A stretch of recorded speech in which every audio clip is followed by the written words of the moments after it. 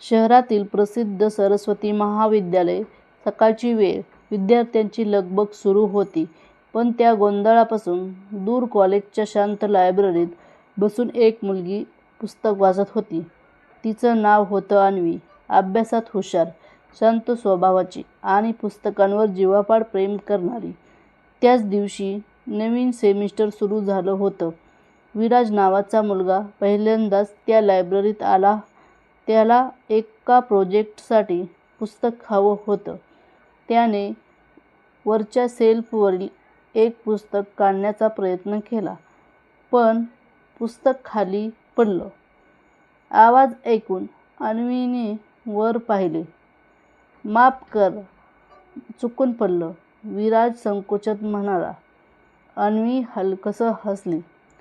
"काही हरकत नाही. तुम्ही नवीन दिसत आहात." "हो, मी विराज." "मी अन्वी." त्या छोट्याशा ओळखीने एका सुंदर नात्याची सुरुवात झाली. पुढच्या काही दिवसांत दोघेही रोज लायब्ररीत भेटू लागले.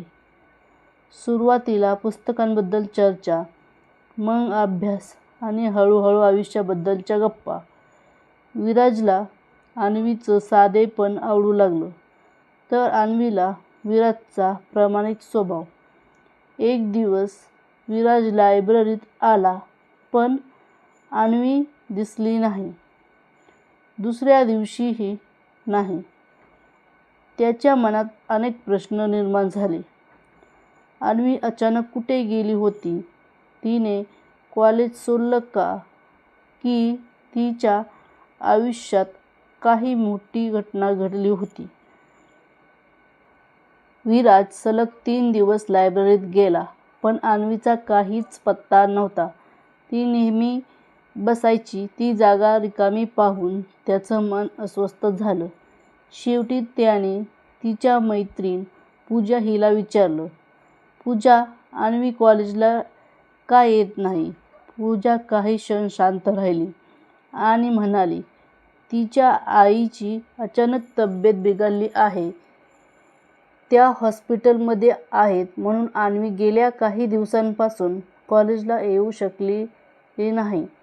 हे ऐकताच विराजच्या मनात धक्का बसला.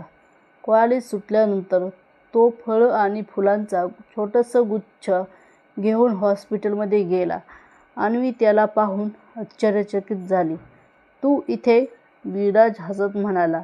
"मित्र म्हणून आलोय. तुझी काळजी वाटत होती." अन्वीच्या डोळ्यांत पाणी आलं.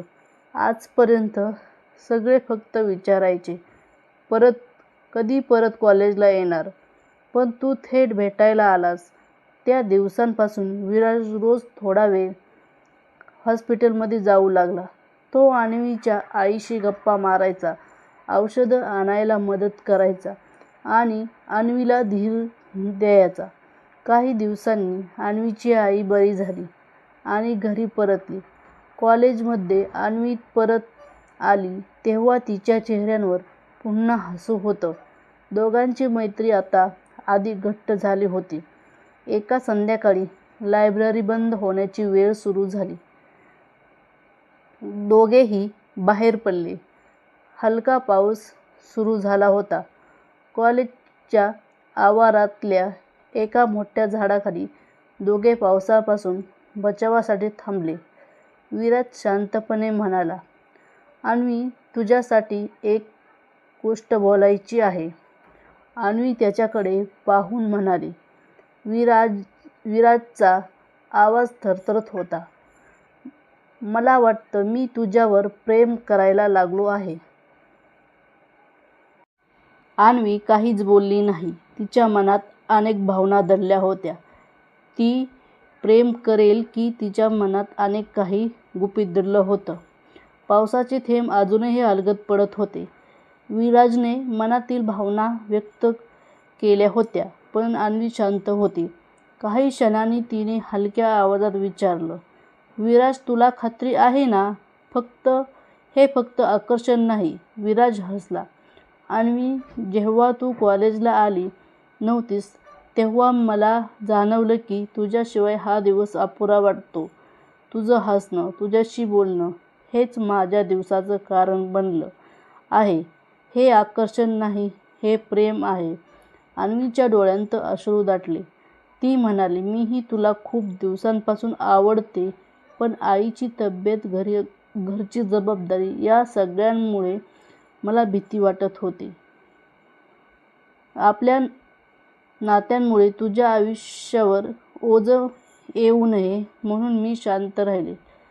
विराजने तिचा हात हलकेच हातात घेतला. प्रेम म्हणजे फक्त आनंदाचे क्षण नाहीत. कठीण काळात एकमेकांसोबत उभं राहणं हेच खरं प्रेम. अन्वीच्या चेहऱ्यावर पुन्हा तेच गोड हास्य उमटलं. काही महिन्यांनी दोघांचं शिक्षण पूर्ण झालं. विराजला चांगली नोकरी मिळाली आणि अन्वीनेही तिचं स्वप्न पूर्ण केलं. दोघांनी आपल्या कुटुंबियांची सहमती मिळवली आणि सध्या आनंद वातावरणात लग्न केलं. लग्नानंतर एक दिवस ते दोघे पुन्हा त्या जुन्या कॉलेजच्या लायब्ररीत गेले. त्याच जागेकडे पाहून अन्वी हसत म्हणाली, आठवतंय, इथं आपली पहिली भेट झाली होती. विराज हसत म्हणाला, हो. एका पडलेल्या पुस्तकाने दोन मनांना कायम एकत्र आणलं. दोघेही हसले आणि त्या शांत लायब्ररीत त्यांच्या प्रेमकथेची सर्वात सुंदर आठवण कायमची जपली गेली. कथेचा संदेश, खरं प्रेम मोठ्या वचनात नसतं, ते कठीण प्रसंगी दिलेल्या छोट्या साथीत असतं. समाप्त. ही कथा तुम्हाला आवडली असेल तर व्हिडिओला लाईक करा. तुमचं मत कमेंटमध्ये नक्की सांगा. अशाच मनाला स्पर्श करणाऱ्या ओरिजिनल मराठी कथांसाठी कथास्पर्श चॅनलला सबस्क्राईब करा.